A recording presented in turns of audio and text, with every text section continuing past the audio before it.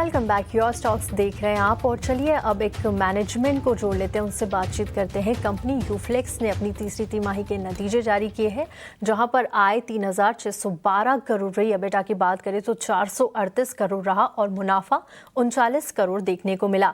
EBITDA margin 12.1% रहा, पिछले साल के बराबर यानी कि फ्लैट मार्जिन दिखता हुआ नजर आया। इसी पर खास चर्चा करने के लिए आज हमारे साथ है यूफ्लेक्स के executive vice president Sumit Kumar.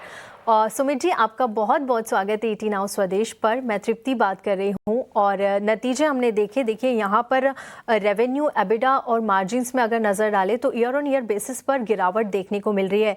इसके पीछे क्या कारण रहे हैं और क्या अब हम Q4 के लिए एक्सपेक्ट कर सकते हैं कि यहाँ से रिकवरी आगे जाकर नजर आएगी? Good morning, Tripti. Thanks for having me here. Good afternoon, rather. And in fact, it's good to be here. And I would just like to give some context to our quarterly performance, just for a better perspective of the numbers that we are talking about. So during the quarter, definitely this was a challenging quarter marked by some major headwinds on the macro environment. As we are aware that US tariff-related uncertainties had a lot of impact on the global market and also for packaging sector per se. And not only it impacted US demand, but also had a spillover impact on many other non-US markets too, because of a combination of export reorientation to those markets and resultant price pressure. और साथ में India market में जो दूसरा factor बड़ा था वो GST transition also meant that there was a lot of inventory destocking by the existing players. तो उसके वजह से हमारा volume growth, sales volume growth was slightly impacted, close to about 3.8% impact on the corresponding quarter of last year. But overall, during the same period, हमारा जो total sales volume 9 months का year to date का है वो 483,000, 4,83,000. That is in line with last year's almost a similar volume clock during the period or slightly uptick from there.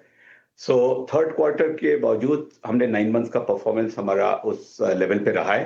Now given the price pressure and despite this overall thing, not only we have maintained that level of performance for quarter 3, but also I would just like to probably place it for your consumption is that we had a significant EBITDA margin expansion during the quarter over the previous quarter. तो हमारी second quarter में 10.1% की जो EBITDA margin थी वो almost 200 basis points improve होके 12.1% हुई और overall for the year as a whole till date we are almost like 11.4% EBITDA margin and we also have a 0.8% to 1% growth in overall sales value for the 9-month period. So this overall is in nutshell is the performance not only for quarter but for 9 months as a whole, which in our view has a few positives looking forward and हमें वो उसके नतीजे already quarter 4 में दिख रहे हैं और हमें ऐसा लगता है कि अगले फाइनेंशियल ईयर 26-27 में वो फैक्टर्स हमें हेल्प करेंगे for clocking improve performance both in terms of top line as well as our margins.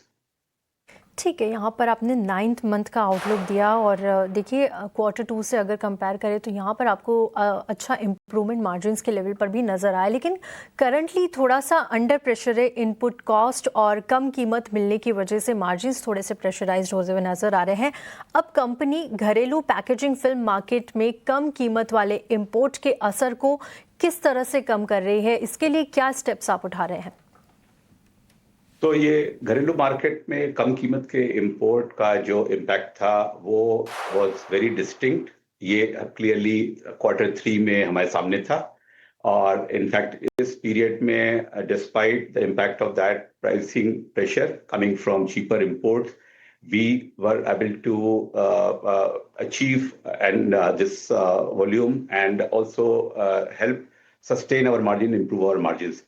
हमें ऐसा लगता है कि क्वार्टर 3 के बाद और now very clearly in quarter 4 वो ट्रेंड स्टेम हो गया है in the sense that now we see that pricing and just to put in context the numbers जो हमारे जो मेजर सेगमेंट्स हैं लाइक बॉपेट और यूपीपी जो एक 92 के लेवल पे थे पर केजी वो अभी बॉपेट में 110 के करीब हो गए हैं।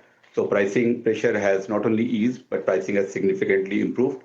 And now it is holding firm at that level. Likewise, in BOPP, we are witnessing that close to about 121 per kg kind of price is holding up. So जो impact Q3 में pricing का था, वो हमें लगता है कि अभी ease हो चुका है और Q4 के बाद it should be better. जो प्रेशर यहाँ पर था प्राइस को लेकर वो अब थोड़ा सा ईज आउट होता हुआ नजर आ रहा है। Q4 के लिए यहाँ पर पॉजिटिव ही आगे का गाइडेंस है। इग्योट, मैक्सिको और नोएडा से आप नई कैपेसिटी जो एडिशन हुआ है उससे टॉप लाइन ग्रोथ में कितना कंट्रीब्यूशन देखने को मिलेगा और क्या इससे आगे जाकर मार्जिन्स भी बढ़ते हुए नजर आएंगे? Yeah. So in fact, not only Mexico and Noida, but there is one more major facility which is in Egypt for liquid packaging. So these are the three major facilities which in fact should be operational very soon.